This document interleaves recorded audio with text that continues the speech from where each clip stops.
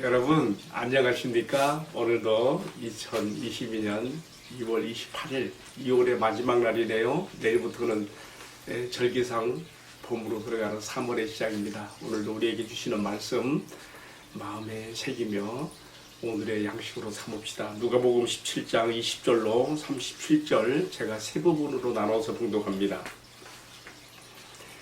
20절 바리새인들이 하나님의 나라가 어느 때 임하나이까 묻거늘 예수께서 대답하여 이르시되 하나님의 나라는 볼 수 있게 임하는 것이 아니요 또 여기 있다 저기 있다 하고도 못하리니 하나님 나라는 너희 안에 있느니라.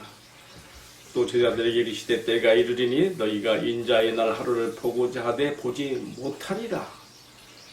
이어지는 말씀에 보게 되면 예수님이 오시기 전에 예수님이 이미 온 것처럼 그렇게 허황되게 말할 사람들이 많이 있는 것에 대해서 지금 경고를 하시는 말씀이에요. 봅시다. 23절 사람이 너희에게 말하되 보라 저기 있다 보라 여기 있다 하리라. 그러나 너희는 가지도 말고 따르지도 말라. 번개가 하늘 이쪽에서 번쩍이요 하늘 아래 저쪽까지 비침같이 인자도 자기 날에 그러하리라.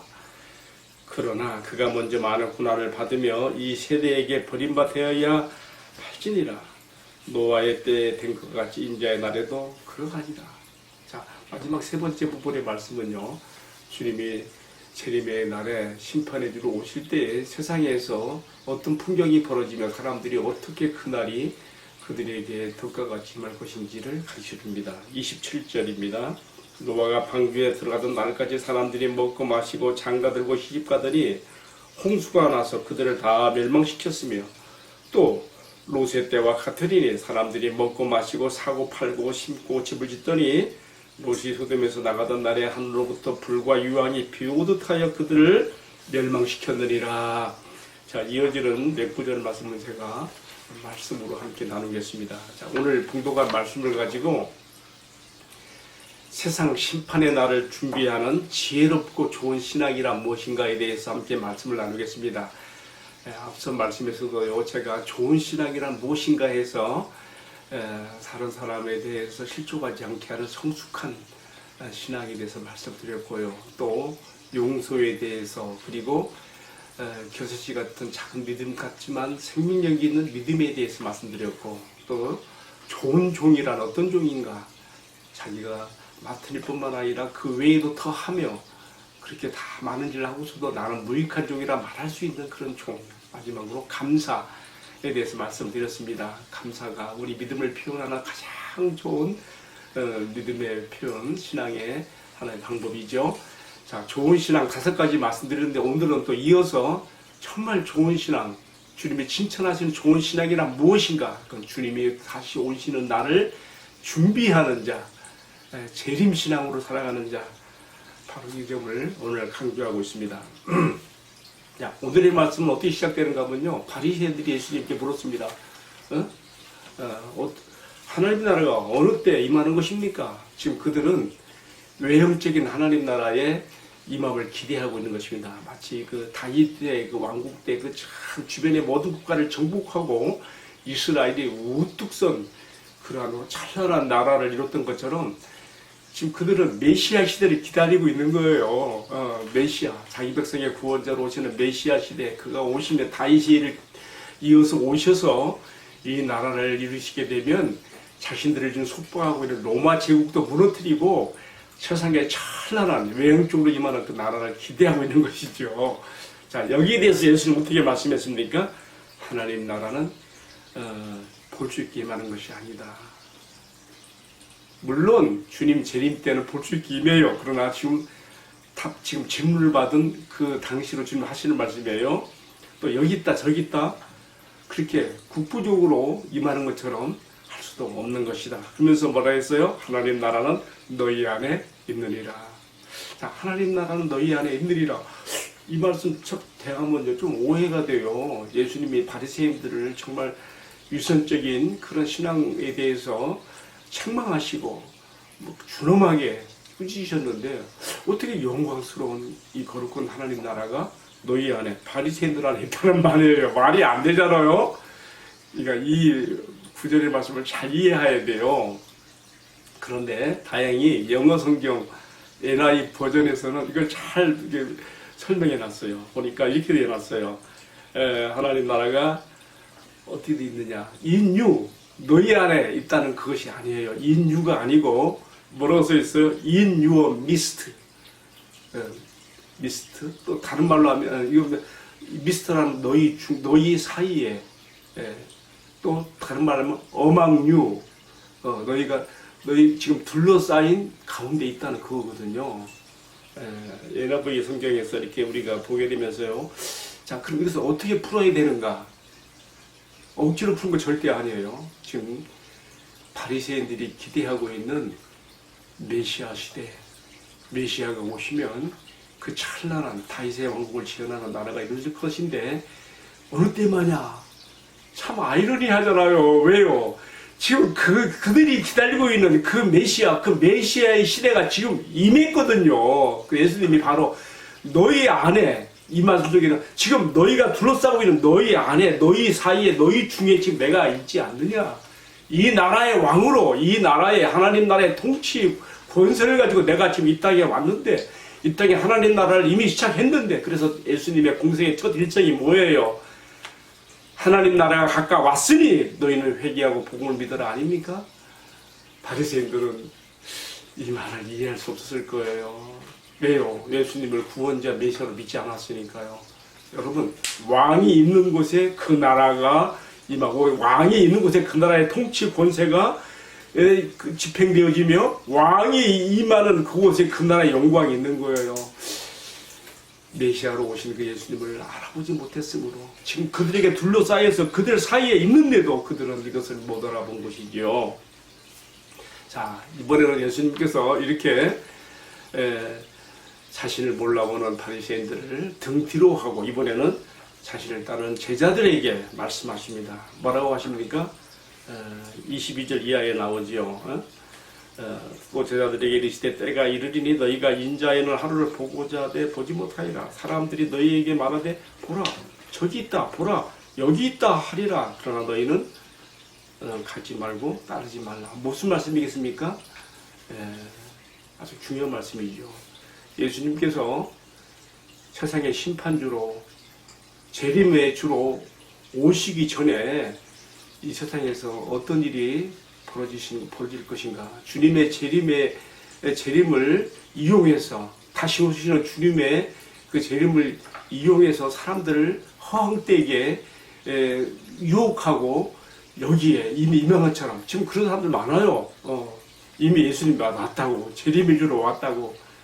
예수님이 지금 바로 이런 점을 지적하는 것이죠. 하나님 나라가 외형적으로 이렇게 임하는 것이 아니며 국부적으로 어디에 여기 있다 저기 있다 임하는 것도 아니며 중요한 것은 뭐예요? 이어지는 말씀 24절에서 잘 설명했어요. 뭐라 했어요? 번개가 번쩍일 때에 하늘 저편에서 하늘 이편까지 전체 하늘 아래서 다 보게 되는 것처럼 주의 임함의 재림의 그날도 모든 사람들이 다 하늘에 볼 수 있게 주님은 오신다고 그렇게 여기서 가르쳐 주시는 것이죠.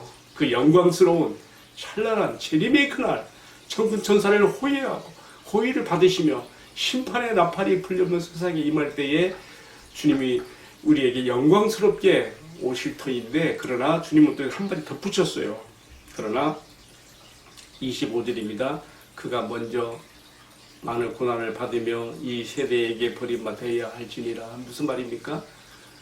이런 영광스러운 일들이 있기 전에 먼저 주님 자신이 자기 백성의 죄를 위해서 그들의 구원을 위해서 십자가에 못 박혀 죽으실 것에 대한 버림을 당하실 것에 대한 대속적 희생의 제물이 될 것에 대한 애고를 이렇게 미리 말씀하신 것이죠. 그리고 여기서 예수님의 이 세상에 성실하시고 우리가 똑같은 참 몸을 가지시고 고난의 인생을 사신 것 그리고 십자가 죽으심, 무덤에 내려가심, 예수님의 비하의 과정 우리가 생각하게 되고요. 그 다음에는요, 이제는 부활, 승천, 그리고 보좌 우편에 앉으심, 그리고 심판의 주로 다시금 재림하시러 오시는 그 승기의 영광도 우리가 함께 생각해 보게 되는 것입니다.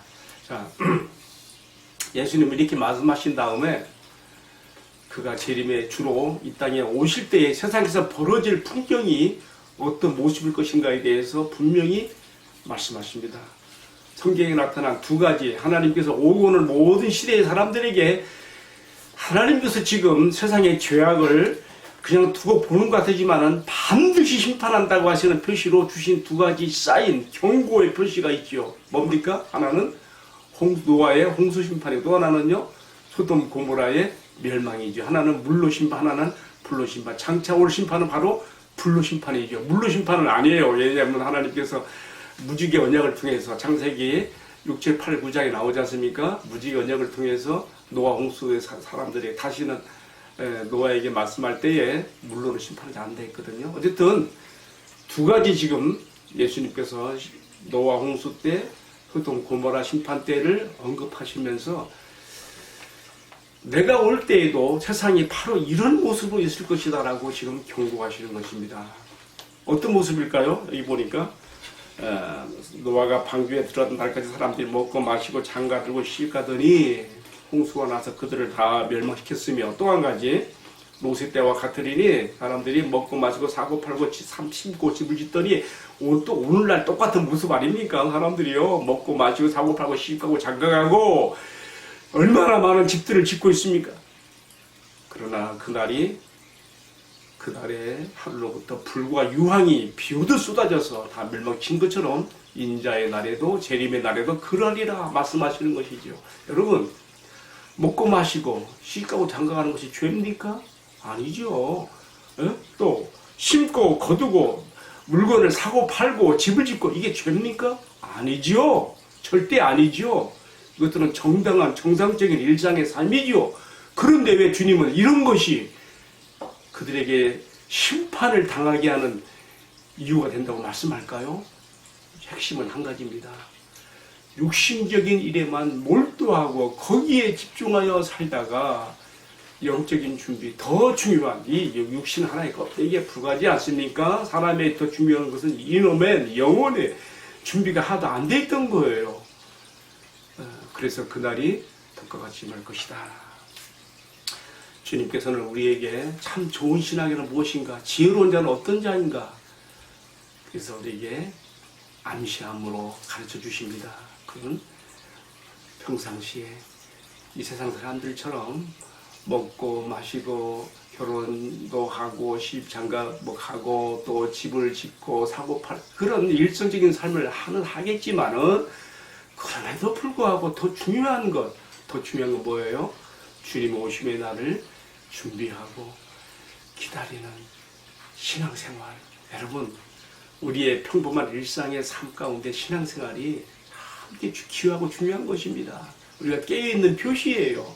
내가 매일 주님의 말씀과 기도 가운데 살아가며 또 주일의 예배, 또 우리가 참 교회 중심으로 살아가며 이런 평범한 일상의 신앙 생활의 그런 모습들이요, 정말 우리로 하여금 육적인 일에만 몰두하는 것에서 우리가 멸망에 처하는 것이 아니라 깨어 주님을 기다리게 하는 신앙인 것을 다시 한번 여기서 일기원 받아야 되겠습니다. 자, 마지막으로 하나만 더 말씀을 드려야 되겠습니다. 주님이 이렇게 말씀했어요.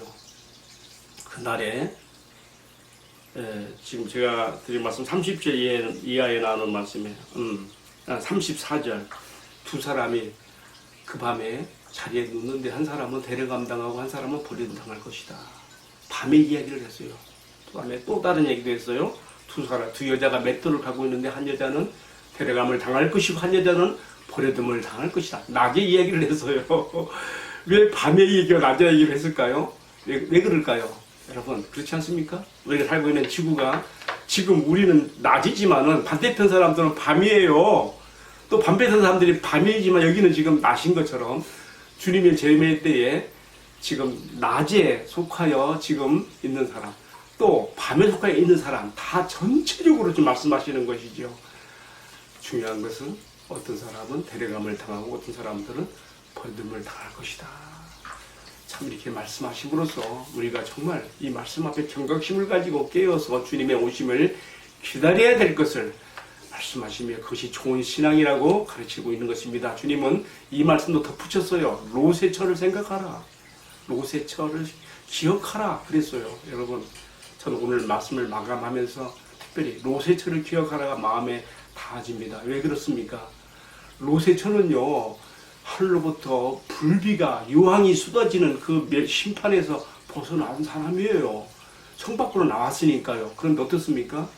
성 안에 두고 온 재물이 아깝고 탐이 나고 미련이 있어서 뒤를 돌아보다가 소금기둥이 되었잖아요. 여러분, 이게 무슨 말입니까? 여러분, 우리가 교회라고 할 때 교회라는 것은요, 에클레시아예요. 에크란 말은요, 전지사 밖으로란 말이에요. 레시아, 밖으로 불러냄 받은 사람들이란 뜻이거든요. 바로 이 교회예요.